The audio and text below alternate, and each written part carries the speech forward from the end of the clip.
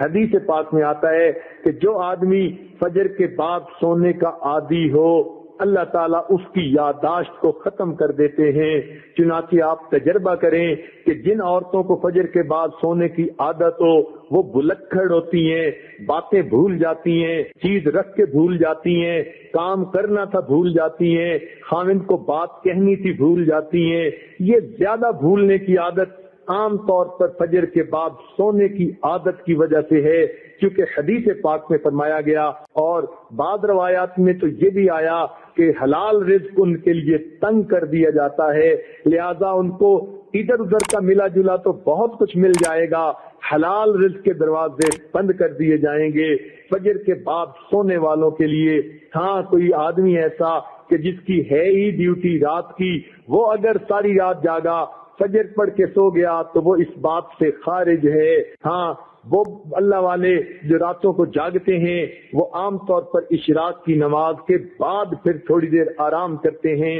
اشراق کے بعد سونا بالکل ٹھیک ہے، بزرگوں کی عادت رہی ہے، مگر فجر اور اشراق کے درمیان حد الوسع نہیں سونا چاہیے، سوائے اس کے کہ رات کا حصہ انسان اتنا جاگے کہ اب یہ سوچے کہ نہیں سوؤں گا تو سارا دن مجھے کام کرنے کے اندر رکاوٹ ہوگی، پھر اس کی اجازت ہے۔ عام عادت نہیں بنانی چاہیے۔ دیکھا یہ گیا ہے کہ جن گھروں کے اندر کچھ کھانا پینا ہوتا ہے اللہ تعالیٰ نے دیا ہوا تو وہاں پر صبح کے وقت اسی طرح سوئے پڑے ہوتے ہیں، بلکہ موہے پڑے ہوتے ہیں، پورا گھر قبرستان کی طرح لگ رہا ہوتا ہے کہ سورج نکل چکا اور گھر کے لوگ جاگ بھی نہیں رہے ہوتے۔ اس لیے کفر کی دنیا میں صبح کا ناشتہ سیریل کا انہوں نے بنا لیا، نہ کچھ پکانا پڑے اور نہ کچھ تردد کرنا پڑے، بیوی اپنے وقت پہ جاگے، خاوند اپنے وقت پہ جاگے، بچے اٹھ کے سکول جاتے ہیں تو وہاں مائیں ان کے لباس پہلے ہی تیار کر کے رکھ دیتی ہیں،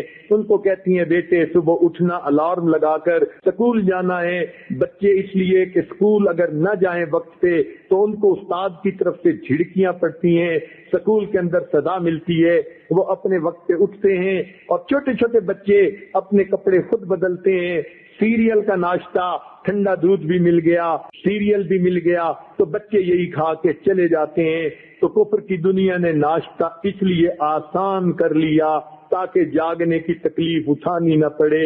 اس لیے مسلمانوں کا جو ہے معاشرہ اس میں عشاء کے بعد جلدی سونا اور صبح کے وقت جلدی جاگنا۔ چنانچہ صحابہ کرام کے زمانے میں تہجد کے وقت اگر کوئی مدینہ میں چلتا تھا تو یوں آواز آتی تھی گھر گھر سے قرآن پڑھنے کی، جیسے شہد کی مکھیاں بن بنانے کی آواز ہوتی ہے۔ اس لیے ہمیں چاہیے ہم صبح کے وقت اٹھیں، عورتیں صبح کے وقت اٹھ کر نماز پڑھیں، اگر تہجد پڑھیں تو کیا ہی بات ہے، قرآن کی تلاوت کریں، درود شریف پڑھیں، استغفار پڑھیں۔ صبح کے وقت گھر کے اندر عبادت کا کرنا پورے دن کو جو ہے اپنے جو ہے عبادت جو ہے منور بنا دیتا ہے۔ بلکہ ہم نے تو بعض بزرگوں کا یہ عمل بھی دیکھا، وہ فرماتے ہیں کہ جس آدمی کی فجر کی نماز قضا ہوتی ہے وہ آدمی کا دن زندگی کا منحوس دن ہوا کرتا ہے۔ چنانچہ ایک آدمی نے قسم اٹھا لی کہ میں اپنی بیوی کو منحوس دن طلاق دوں گا۔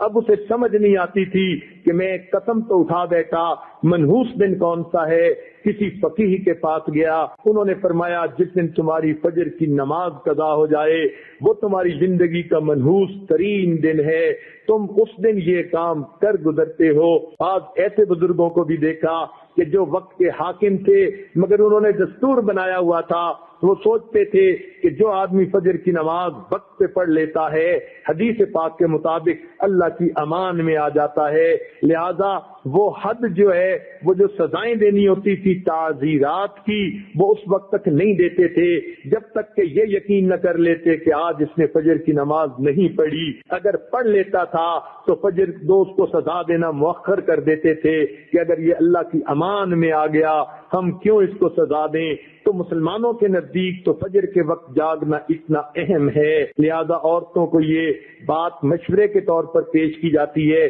زندگی کی ترتیب کو سنت کی ترتیب پر لانے کی کوشش فرمائیں، اور اس کا بہترین طریقہ یہ ہے کہ رات کو سوئیں اور دن کو جاگیں، عشاء کے بعد کام جتنا جلدی سمیٹ سکیں، جلدی سونے کی عادت اپنائیں تاکہ تہجد میں فجر میں آنکھ کھلے، انسان کے جسم کی نیند آرام کا تقاضا بھی پورا ہو جائے، اور صبح کے وقت پھر آنکھ کھلے تو اللہ تعالیٰ کا حکم بھی پورا ہو جائے۔ اس طرح انسان کی زندگی پرسکون گزرتی ہے۔